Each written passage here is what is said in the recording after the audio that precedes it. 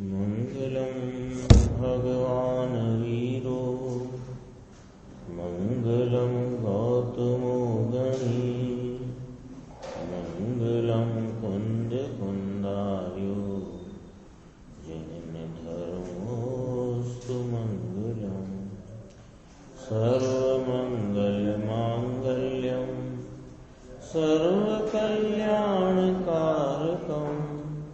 प्रधानम सर्वधर्माणां जनम जयतु शासनम।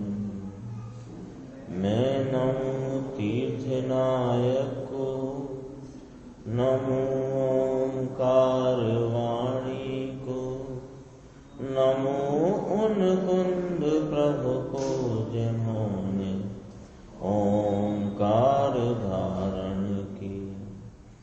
अहो उपकार जिनवर का, कुंद का दिव्य वाणी का, जिन कुंद ध्वनि दाता उन कहान स्वामी का। रमियून जिणम वीरम अनंत वर्णान दंसन सहावम ओक्षामिणीयम सारम केवली शुभ केवली भरम।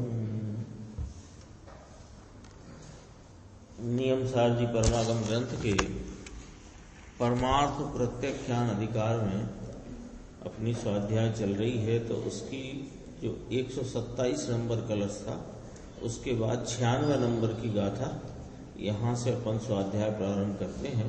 पेज नंबर है 10।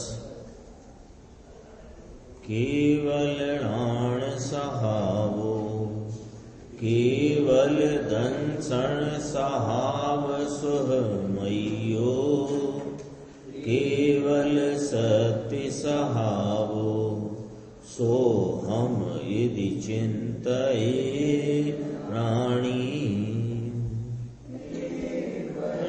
दरस केवल विरज कैवल्य ज्ञान स्वभाविच वलि सौख्यमय छे जेहते एम ज्ञानी चिंतवे।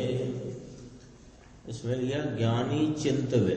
चिंतवे का अर्थ विचारना या विकल्प नहीं, चिंतवे का अर्थ है मूल सूत्र में प्राकृत में दिया चिंतये, फिर संस्कृत में लिया चिंतयेत, फिर गुजराती में लिया चिंतवे, यानी एकाग्रता, उसकी उपयोग की एकाग्रता, उसका नाम चिंतये चिंतवे या चिंतयते इस प्रकार कहा।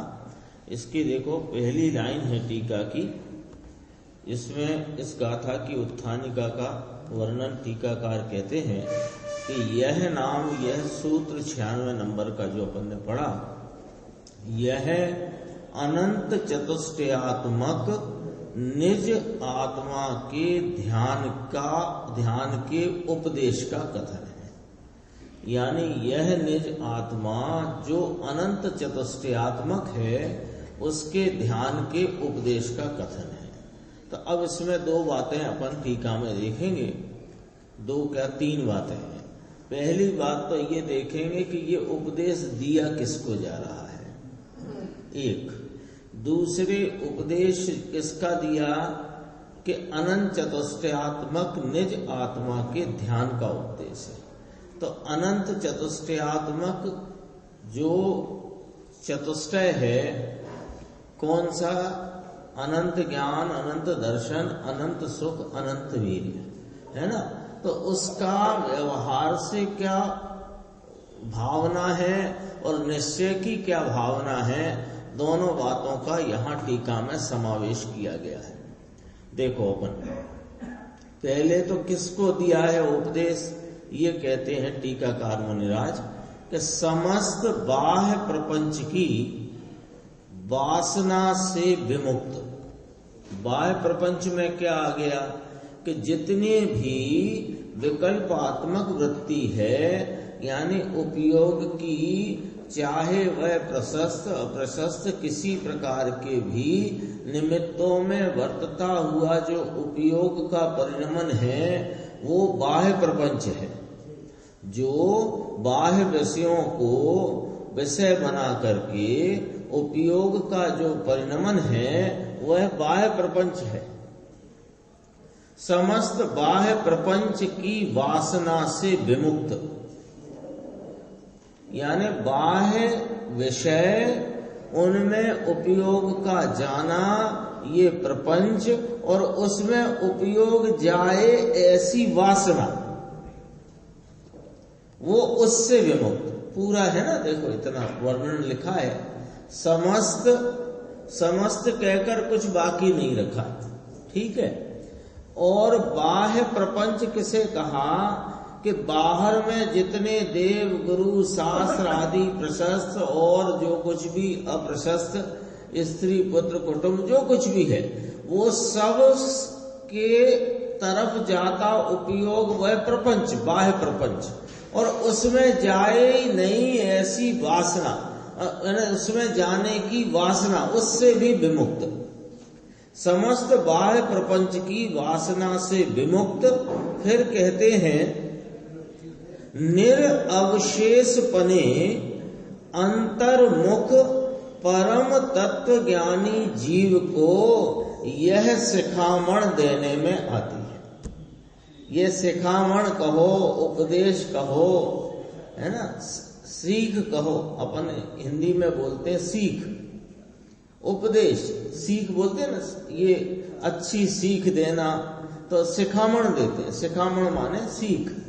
तो किसको दी जा रही है ये सीख? कि जो समस्त बाह्य प्रपंच की वासना से विमुक्त हैं और निरअवशेषपने, निरअवशेषपने माने कुछ भी बाकी रखे बिना, अंतर्मुख हैं जो परम तत्व ज्ञानी जीव, उनको यह उपदेश दिया जा रहा है। चरणानी योग का ग्रंथ है। आध्यात्मिक शैली में परमार्थ नाम यथार्थ चारित्र की क्या व्याख्या है, वो इस ग्रंथ में आचार्य कुंद भगवान ने निज भावना के निमित्त से की है। चारित्र का क्या स्वरूप है और चारित्रवंत आचार्य किस प्रकार इस गाथा में क्या कह रहे हैं, किसको कह रहे हैं?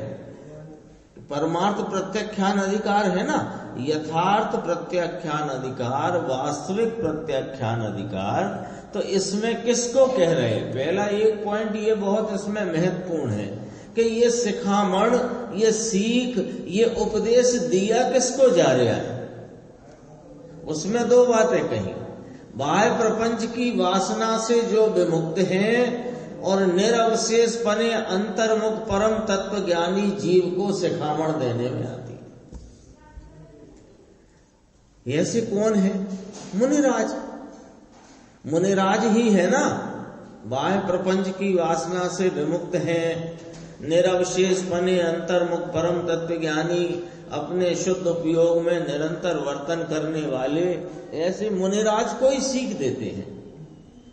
क्या प्रकार से शिखामण या क्या प्रकार से सीख दी जाती है, अब जरा थोड़ा यहाँ बारीक है वर्णन। ये तो अभी उसकी एक तरह से उत्थानिका थी कि ये सीख किसको दी जा रही है, क्या सीख दी जा रही है, उसकी ऊपर कहा अनंत चतुष्टयात्मक निज आत्मा के ध्यान की सीख दी जा रही है। मुनिराजों को यह उपदेश दिया जा रहा है कि महाराज आप तो इस अनंत चतुष्टयात्मक निज आत्मा को ही ध्याओ। ये है ध्याते ही है, उनको ही सीख दी जा रही है कि ध्याओ। क्यों कि अभी ध्याना शेष है, अभी पूर्णता हुई नहीं है, अभी ध्याना शेष है। तो ध्यानाशेष है तो ये उपदेश दे करके ऊपर भी यह स्पष्ट किया कि देखो भैया, तुम तो बाह्य प्रपंच की वासना से विमुक्त हो और निरवशेष पने तुम अंतर्मुख अपने स्वरूप में रहने वाले परम तत्व ज्ञानी हो। हम तुमको ये सीख देते हैं कि तुम अपने अनंत चतुष्टयात्मक निजात्मा को ध्याओ। गजब करते हो प्रभु। जैसा भाई साहब कह रहे हैं कि वे तो पहले ही से ध्या रहे हैं, तो कह रहे हैं हम भी तो कह रहे हैं कि जो ध्या रहे हैं उनको ही हम सीख दे रहे हैं कि अनंत चतुष्टयात्मक निज आत्मा को ध्याओ, उनको ही तो दे रहे हैं।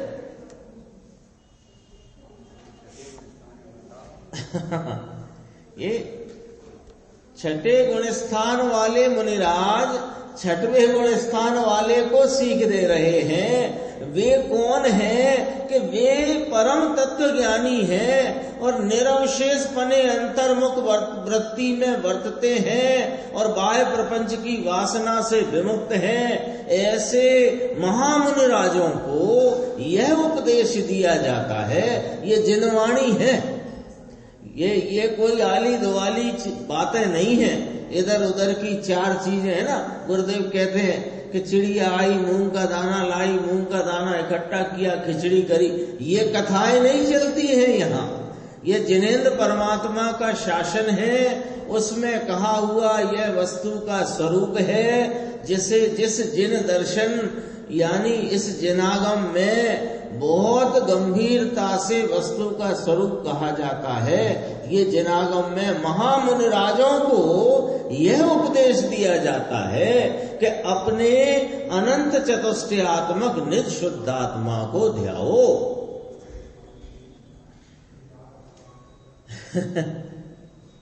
बोलो, राग को ध्याओ ये न कहा। महामुनिराजों से जो पहले ही शुद्ध उपयोग की दीक्षा प्रविज्ञा और प्रतिज्ञा लेकर के अपनी शुद्ध उपयोग रूप धारा में इस महापदार्थ की आराधना में संलग्न हैं, उन मुनिराजों को ये उपदेश न दिया कि भाई महाव्रत में देखना कोई अतिचार न लग जाए, बराबर ध्यान रखना, अतिचार नहीं लगने पाए, कहना वो सब हमने तुम्हें व्यवहार पर अधिकार में बता दिया है। व्यवहार चारित्र अधिकार आ गया ना, वहां बता दिया है। अब तो परमार्थ की बात चलती है। अब देखना ये थोड़ी बात को अपन ने बात यहाँ पूरी करके अब क्या प्रकारे, तो कहते हैं इस प्रकार से। अब देखना जरा शांति से। सादी अनंत अमूर्त अतीन्द्रिय स्वभाव वाले पेज नंबर बदल गया, कितना था? 10 11। हाँ देखो, सादी अनंत अमूर्त अतीन्द्रिय स्वभाव वाले शुद्ध सद्भूत व्यवहार से, थोड़ा धीरे धीरे पढ़ेंगे, इतना पढ़ लिया अब बीच का छोड़ दो। शुद्ध सद्भूत व्यवहार से जो केवल ज्ञान, केवल दर्शन, केवल सुख और केवल शक्ति युक्त परमात्मा वह मैं हूं, ऐसा ज्ञानी को भावना करनी। और बीच में दिया दृष्टांत कि शुद्ध स्पर्श रस गंध वर्ण के आधारभूत शुद्ध पुद्गल परमाणु की भांति। अब जरा विषय थोड़ा समझने जैसा है। देखो, पहले क्या लिया, सबसे पहले शब्द किस प्रकार से उत्तर में लिखा, इस प्रकार से, यहां से समझना भैया, क्योंकि थोड़ी समझने के लिए इसमें थोड़ा कंसंट्रेशन चाहिए पड़ेगा। देखो, पहला शब्द क्या आया? सादी अनंत, है ना? तो सादी अनंत आया तो किसकी बात चल रही है कि प्रकट होने वाले केवल ज्ञान, केवल दर्शन, केवल सुख और केवल वीर की। मूल जो उत्थानिका में तो सीधा कहा था अनंत चतुष्टयात्मक निज आत्मा के ध्यान का उपदेश का कथन है, ठीक है। अब यहाँ पर उसको व्यवहार से क्या भाना चाहिए, यानी व्यवहार का विषय क्या है जो भाया जाता है और निश्चय का विषय क्या है जो भाया जाता है, किनके द्वारा, कि महामुनि राजों के द्वारा। ये बात कहना है। तो पहले कहां से बात उठाई, सादि अनंत। तो सादि अनंत का अर्थ क्या हुआ, देखो अनादि अनंत होता तो स्वभाव रूप केवल ज्ञान, और सादि अनंत लिया तो प्रगटने वाला केवल ज्ञान, केवल दर्शन, केवल सुख, केवल वीर।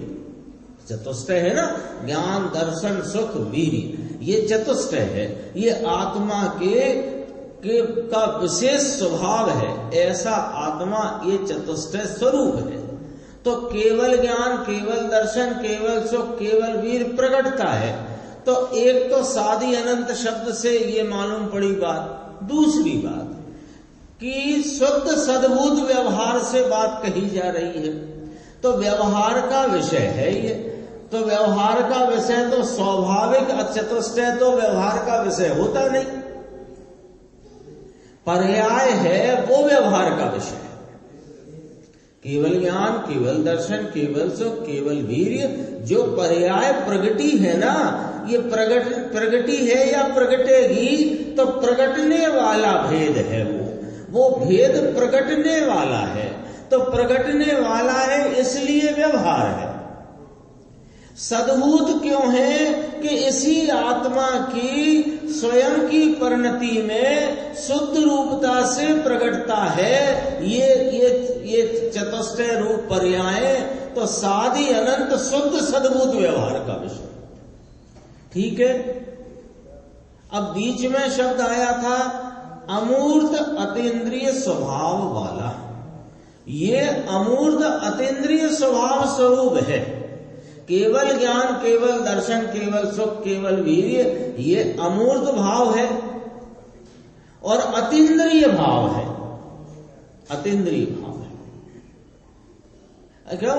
अतीन्द्रिय ज्ञान है, अतीन्द्रिय दर्शन है, अतीन्द्रिय सुख है, अतीन्द्रिय वीर्य है। अतीन्द्रिय अतीन्द्रिय अतीन्द्रिय भाव है। तो सादि अनंत अमूर्त अतीन्द्रिय स्वभाव वाले शुद्ध व्यवहार, शुद्ध सद्भूत व्यवहार से। अब बीच में दृष्टांत है, कैसा है वह, कैसा शुद्ध है, शुद्ध सद्भूत व्यवहार से कहा। अब इधर से किस व्यवहार का विषय क्यों कहा, समझना, थोड़ा कंसंट्रेट करके समझेंगे तो बहुत अच्छा इसमें आपको जो आचार्य परमात्मा का भाव है वो अपने सामने सबके आएगा। देखो शुद्ध सद्भूत व्यवहार, तो व्यवहार क्यों कहा, क्योंकि पर्याय भेद की बात है, ठीक है। एक शुद्ध सद्भूत क्यों कहा कि इस आत्मा की सत्ता में ही शुद्धता रूप प्रकटता है या प्रकटेगा, तो शुद्ध सद्भूत व्यवहार हुआ। सादि अनंत है, अनादि अनंत नहीं, सादि अनंत है, प्रगटेगा या प्रकटता है तो सादि अनंत हुआ। फिर कैसा है कि अमूर्त अतीन्द्रिय स्वभाव वाला है। तो यह अमूर्त अतीन्द्रिय स्वभाव वाला व्यवहार का विषय रूप पर्याय का भाव, ये शुद्ध सद्भूत रूप है। तो इसकी शुद्धता कैसी है, इसकी शुद्धता कैसी है, तो परमाणु का उदाहरण है। एक स्वतंत्र परमाणु जो स्पर्श रस गंध वर्ण के आधारभूत शुद्ध पुद्गल परमाणु है, उसमें जो कुछ परिणमन है वह शुद्धता शुद्धता शुद्धता रूप है। परमाणु में स्पर्श रस गंध वर्ण गुण है, उन गुणों की शुद्धता का परिणमन, उन गुणों का शुद्ध परिणमन, ऐसे लो। स्पर्श रस गंध वर्ण ये गुण किसके हैं, परमाणु के। अब परमाणु के इन गुणों का शुद्ध परिणमन कब होता है? अपन सब जानते हैं कि जब वो परमाणु स्वतंत्र अकेला रहे। एकाकी परमाणु के स्पर्श रस गंध वर्ण आदि गुण शुद्ध परिणमित होते हैं। ऐसा यह सादी अनंत। अब दोबारा मिलाओ, अब सब अपने खुल गए ना सब पहलू, तो अब वाक्य पढ़ने में और अपने को बहुत स्पष्टता लगेगी। देखो, सादी अनंत अमूर्त अतीन्द्रिय स्वभाव वाला शुद्ध सद्भूत व्यवहार से यह जो केवल ज्ञान, केवल दर्शन, केवल सुख और केवल शक्ति युक्त परमात्मा जो मैं हूं, कैसा कि एक शुद्ध पुद्गल परमाणु जो शुद्ध स्पर्श रस गंध वर्ण का आधारभूत है। देखो, कोई भी पर्याय शुद्ध होए कि अशुद्ध होए, पर्याय है, उसमें उसका आधार उसका द्रव्य होता है। ये सिद्धांत है, ये वस्तु का सिद्धांत है।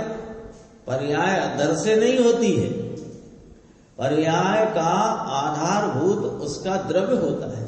एक दिन चर्चा आई थी, शायद कल परसों दोपहर को आई थी, कब आई? गुण नहीं परिणमते हैं, द्रव्य परिणमता है। तो वो जो परिणमन है उसका आधार द्रव्य है, उसमें द्रव्य परिणमा है। तो फिर ये क्यों कहा गुण परिणमते हैं? अरे वो परिणमन में गुण व्यक्त है अपने भाव से, इसलिए कहने में आता है गुण परिणमते हैं, वास्तव में तो द्रव्य परिणमता। हाँ, होती है ना। अनंत पर्याय कैसे कही?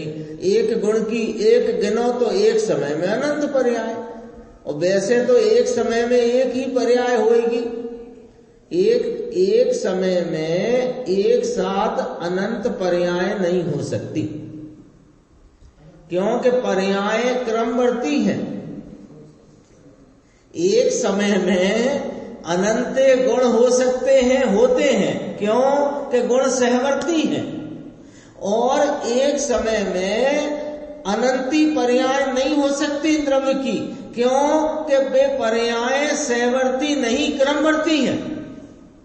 लेकिन एक समय की पर्याय में अनंत गुणों की व्यक्तता होती है, तो अनंत गुणों की व्यक्तता की तरफ से उस एक ही समय में परिणमित एक ही पर्याय को अनंती पर्याय कह दिया जाता है।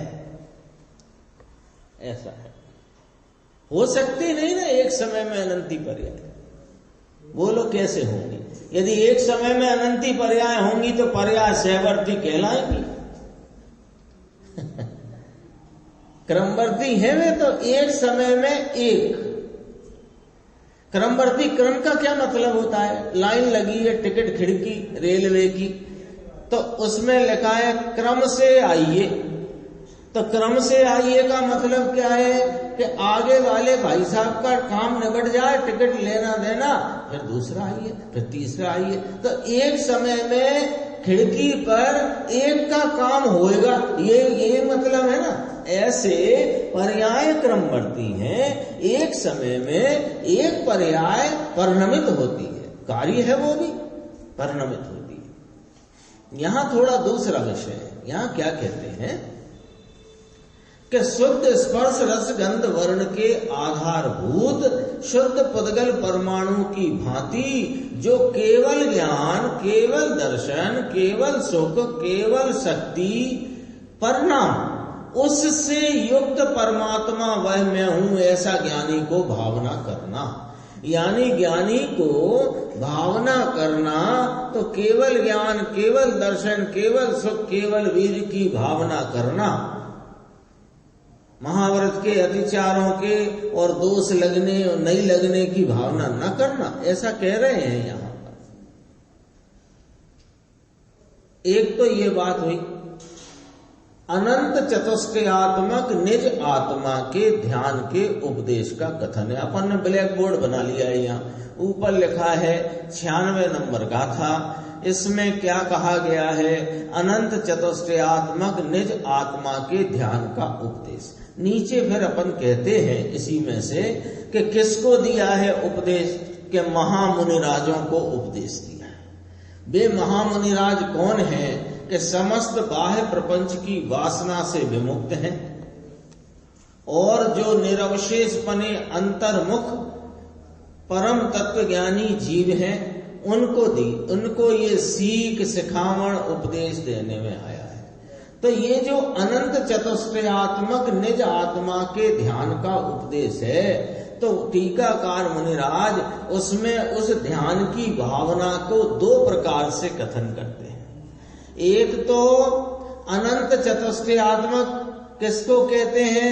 भगवान मुनिराज को केवल ज्ञान हुआ तो क्या कहते हैं? अर्यंत भगवान हुए, अर्यंत अवस्था हुई, क्या प्रकटा, क्या कहते हैं निर्देश भाई, क्या प्रकट हो गया?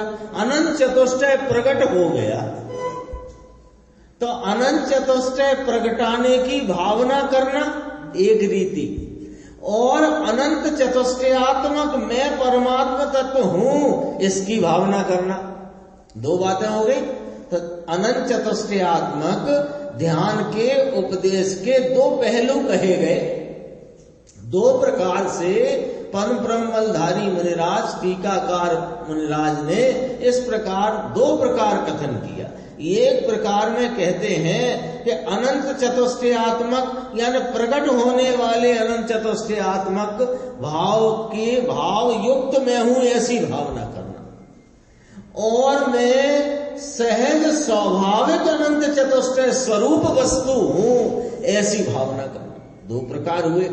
तो दो प्रकार में जो प्रगति पर्याय की तरफ से वस्तु को देखना जाओगे तो वो व्यवहार का विषय कहलाएगा, और जो स्वाभाविक वस्तु के स्वरूप को देखोगे तो वह निश्चय का विषय कहलाएगा।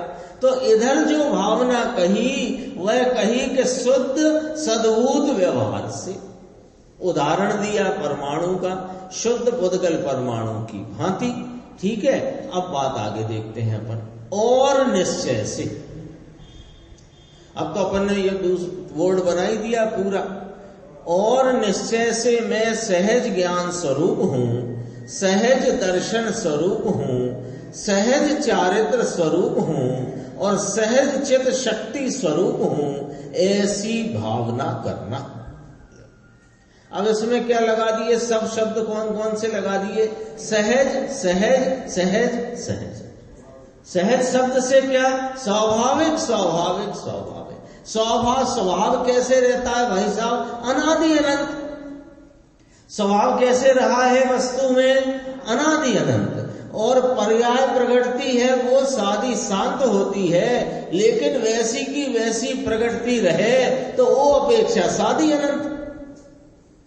तो केवल ज्ञान, वहां मूल देख लो, अभी मूल से बात पकड़ते हैं। दर्शन, ज्ञान, चारित्र और पुरुषार्थ शक्ति, बल, वीर्य, कुछ कहो। दर्शन, ज्ञान, चारित्र, बल या वीर्य, चार कहो। इन चार स्वरूप आत्मा है कि नहीं? और आत्मा की ये पर्याय प्रगटे ऐसी भावना रख कर के उस पर्याय स्वरूपता से अपने को देखे, वो व्यवहार का विषय हो गया। और ऐसा मैं स्वभाव से ही दर्शन, ज्ञान, चारित्र, बल स्वरूप हूं, ऐसा मैं हूं ही, ऐसा जो देखे ये निश्चय का विषय हो गया।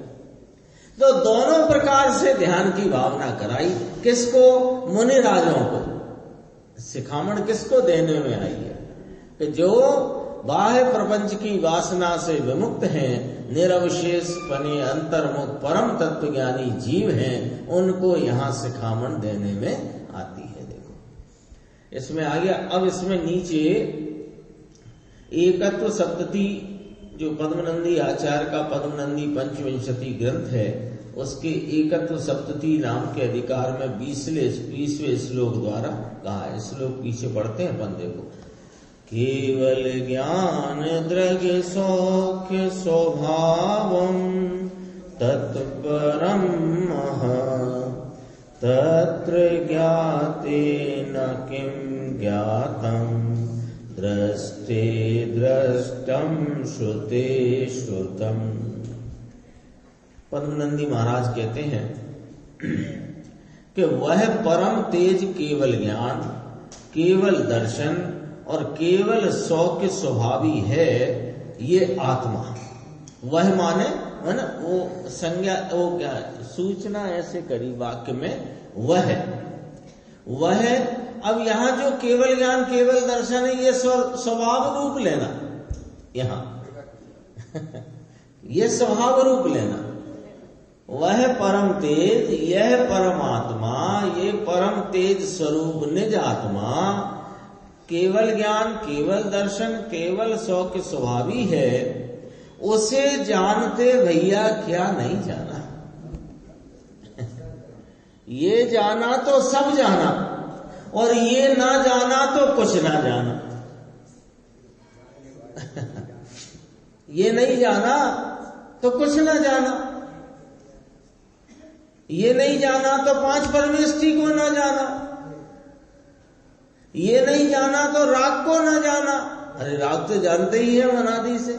तुम राग को आप रूप जानते हो और जब आपको आप रूप जानोगे तो राग को राग रूप जानोगे। ते जानता सो न जानियो, उसको जानते क्या नहीं जाना। अरे उसे देखते क्या नहीं देखा और उसका श्रवण करते क्या ना श्रवण किया। श्रवण का भी अर्थ इसमें इस प्रकार समझना कि ऐसा महान यह चैतन्य महापदार्थ, इसका सुना तो फिर क्या रह गया सुनने को, और इसको जाना देखा तो अब क्या रह गया तुझे जानने देखने को। ये कहते हैं, ये पद्मनंदी आचार्य भगवान पद्मनंदी पंचविंशति में ये चर्चा उन्होंने 20वें श्लोक में की है। अपन गुरुदेव का प्रवचन थोड़ा देखते हैं, 12 नंबर पेज पे देखो, ऊपर की 8 लाइन करीब छोड़कर यहां से। समस्त बाह्य प्रपंच की वासना से विमुक्त निरअवशेषपने अंतर्मुख परम तत्व ज्ञानी जीव को शिखामण सीख देने में आती है। लो, ऐसे जीव को सीख देने में आती है, अर्थात इसको भी ज्ञान कराते हैं। लो, परम तत्व ज्ञानी को ज्ञान कराते हैं। ऐसा क्यों कराते हो? अरे कि देखो, उसको कोई उतावली उसको भी नहीं है और उसको उतावल मचा देना है ऐसा भी नहीं है, लेकिन वह परम तत्व ज्ञानी स्वयं है, स्वयं मोक्ष मार्ग में प्रवर्तन कर रहे हैं और जिनके समस्त जिन शासन इनके सामने पूरा स्पष्ट दिखाई दे रहा है, उनको काय की सीख दे रहे हो आप? अरे अभी पूर्णता नहीं हुई, वो अपेक्षा से वह पूर्णता नहीं है यह बताते हुए पूर्णता नहीं है तब तक क्या कर रहे हैं कि ये कर रहे हैं। निज भावना के निमित्त है ना। आचार्य कुंद भगवान ने निज भावना के निमित्त ये चारित्र का महान ग्रंथ लिखा है। चारित्र चरणान योग का महान ग्रंथ है ये। स्वयं को ही है एक तरह उसमें। देखो क्या कहते हैं, समस्त बाह्य प्रपंच की वासना से विमुक्त है। देखो, व्यवहार से विकल्प से विमुक्त है। बाह्य प्रपंच का अर्थ चल रहा है, बाह्य प्रपंच का अर्थ व्यवहार से विमुक्त है, विकल्प से विमुक्त है, निरवशेषपने माने कुछ भी बाकी रखे बिना अंतर्मुख परम तत्व ज्ञानी, अंतर्मुख परमात्मा आत्मा जहां विराजता है उसमें ही सन्मुखता जिनकी वर्तती है। अंतर परमात्मा स्वयं ही आत्मा है, परमेश्वर है, वीतराग है, केवली है, केवल दर्शन है, आनंद है, केवल वीर्य है, पूर्ण अनंत चतुष्टय से जो विराजमान भगवान अंदर आत्मा है। इसको तो जानने वाले और इसमें ही रमने वाले, उनसे यह बात कही जा रही है। ऐसे तत्वज्ञानी जीव को शिखामण देने में आई है, सीख देने में आई है। किस प्रकार से? कि इस प्रकार से सादि अनंत अमूर्त अतीन्द्रिय स्वभाव वाले शुद्ध सद्भूत व्यवहार से शुद्ध स्पर्श रस गंध वर्ण के आधारभूत शुद्ध पुद्गल परमाणु की भांति ये दृष्टांत दिया है कि जो परमाणु है सादि अनंत अमूर्त अतीन्द्रिय स्वभाव वाला शुद्ध सद्भूत व्यवहार से शुद्ध स्पर्श रस गंध वर्ण के आधारभूत शुद्ध पुद्गल परमाणु की भांति, कि ये तो शुद्ध परमाणु की भांति है। कौन? वो केवल ज्ञान, केवल दर्शन, केवल सुख, केवल वीर का परिणमन, वह शुद्ध परमाणु की भांति है। ये क्या कह दिया? वो तो साहेब जड़ पदार्थ है। अरे जड़ है कि चेतन, यहां हम जड़ चेतन का भेद नहीं समझा रहे, यहां शुद्धता क्या होती है वो बता रहे हैं। शुद्धता क्या होती है वो बता रहे हैं। और किसी भी चीज को बताने का एक शैली है, एक तरकीब है, समझो तरकीब ही है कि जो मालूम हो, जो जल्दी मालूम हो सके वहां से बताने की तरकीब होती है। कैसे? आप पूछो साहब को नया बस स्टैंड जाना है, कहाँ जाओ, कैसे जाएं, पूछोगे आप बाहर निकल के, तो वो आपसे पूछेगा कि आपने गांधी पार्क देखा है? क्योंकि गांधी पार्क देखा होए तो वहां से मैं समझा देता हूं।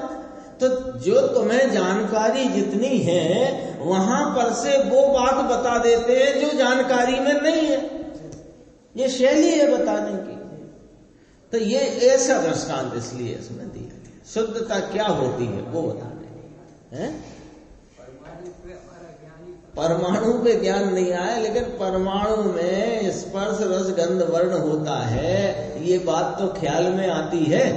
ये पुद्गल परमाणुओं का पिंड है, इसमें स्पर्श है, रस है, गंध है, वर्ण है। तो जब इनमें स्पर्श रस गंध वर्ण नाम के गुण हैं जो दिखाई देते हैं, पुद्गल दिखाई मतलब जानने में आते हैं, तो इनका कोई शुद्ध परिणमन भी होगा। तो वो शुद्ध परिणमन आगम में बताया है कि जब परमाणु एकाकी रहे तो उसके वे गुण शुद्ध पने परिणमते हैं। तो उस शुद्ध परिणमन पे से दृष्टांत दे करके यहाँ वह आत्मा की केवल ज्ञान, केवल दर्शन, केवल सुख, केवल वीर्य, सादी अनंत पर्यायों का, यानी पर्यायों का भी नहीं कराया है। देखो यदि उसको बारीकी से देखो, उन पर्यायों से युक्त मैं परमात्मा, उसकी भावना कराई है। लेकिन वह पर्यायों से युक्त देख रहे हो तो व्यवहार का विषय हो गया, और अपने स्वभाव सहज स्वभाव युक्त देखो तो निश्चय का विषय हो गया। है वही अनंत चतुष्टय की बात। ये तो शुद्ध परमाणु की भांति है, जो केवल ज्ञान शुद्ध सद्भूत व्यवहार से है। निश्चय से तो केवल ज्ञान त्रिकाल में भरा हुआ, तीनों काल। यह केवल ज्ञान माने सहज ज्ञान, सहज केवल ज्ञान इस वस्तु में तीनों काल भरा हुआ है, माने रहा हुआ है। क्यों? शक्ति रूप से। देखो प्रकट पर्याय है सो यह तो सद्भूत व्यवहार। आगे देखना अगले प्रवचन में, पेज नंबर आ गया अपना 13। सादि अनंत अमूर्त, प्रभु तो अमूर्त है। अब ये शब्द आए थे ना, सादि अनंत शब्द आया, फिर अमूर्त अतीन्द्रिय, दो शब्द आए ना। तो प्रभु तो अमूर्त है, अतीन्द्रिय स्वभाव वाला आत्म तत्व, इसको शुद्ध सद्भूत व्यवहार से, शुद्ध सद्भूत व्यवहार से, निश्चय से अभी मत लेना, उसकी बात आगे कहेंगे। अभी जो कहना है कि चतुष्टय का ये ध्यान ये बाद में कहेंगे। कौन चतुष्टय? स्वाभाविक अनंत चतुष्टय, उसको कहेंगे। लेकिन पहले ध्यान की पर्याय ऐसी होती है, केवल ज्ञान, केवल दर्शन, अनंत आनंद, यह सद्भूत व्यवहार नय है, यानी सद्भूत व्यवहार नय का विषय है ये। केवल ज्ञान व्यवहार नय नहीं होता। केवल ज्ञान, अरे ज्ञान भी व्यवहार, क्षयोपम ज्ञान हो, अल्प ज्ञान हो, पूर्ण ज्ञान हो, ज्ञान कोई व्यवहार नहीं होता। वो ज्ञान के उस प्रकार के पर्याय भेद को विषय करता जो ज्ञान है, वो व्यवहार का विषय। और उस ज्ञान के त्रिकाल स्वभाव को, उसकी एक रूपता को विषय करता जो ज्ञान है, वो निश्चय का विषय। सद्भूत व्यवहार नहीं है, निश्चय नहीं। क्यों? देखो गुरुदेव समझाते, केम के न होती ते पर्याय प्रगति नहीं थी, वो प्रगति तो भेद आ गया ना, नहीं थी प्रगति भेद हो गया, भेद हो गया तो क्या हो गया? व्यवहार हो गया। पर्याय है वो व्यवहार है, और इसमें है इसलिए सद्भूत है, लेकिन पर्याय है इसलिए व्यवहार है, और शुद्ध है, पवित्र है वो पर्याय, इसलिए शुद्ध सद्भूत व्यवहार। इतने 3 शब्द लिए। केवल ज्ञान, केवल दर्शन, अनंत आनंद, अनंत वीर्य, ये शुद्ध सद्भूत व्यवहार न से पर्याय में प्रकट हुए हैं। किसकी भांति?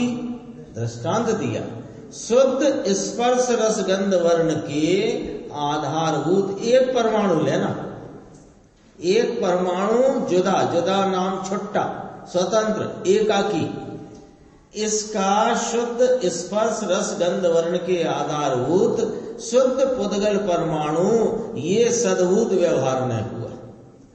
गुणी जो परमाणु, इसके शुद्ध स्पर्श रस गंध वर्ण के ये गुण, तो गुणी और गुण ये ऐसा भेद है, ये सद्भूत व्यवहार हुआ। समझाए से काई पूछते हैं, समझ में आया यहाँ क्या रीति से बात कही। एक परमाणु शुद्ध है, इसके स्पर्श रस गंध अंदर शुद्ध है, लेकिन ये गुणी के गुण हैं, इसका नाम शुद्ध सद्भूत व्यवहार कहने में आता है। निश्चय सु द्रव्य है, ये तो दृष्टांत है। दृष्टांत में भी परमाणु अकेला लो तो वो भी निश्चय हुआ। यदि उस परमाणु को भेदों से न देखो तो वह भी निश्चय का विषय हुआ।